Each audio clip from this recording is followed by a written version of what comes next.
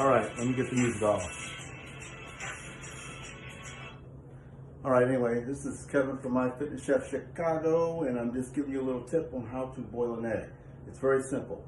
Cold water, submerge eggs in the cold water in your pan, put it on the heat, let it cook until it gets to a rolling boil, 212 degrees Fahrenheit.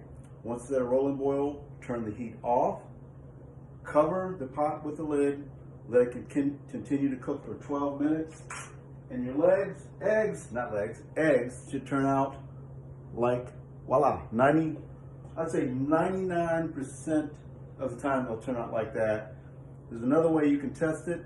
I got a little video where you spin the egg. If it spins like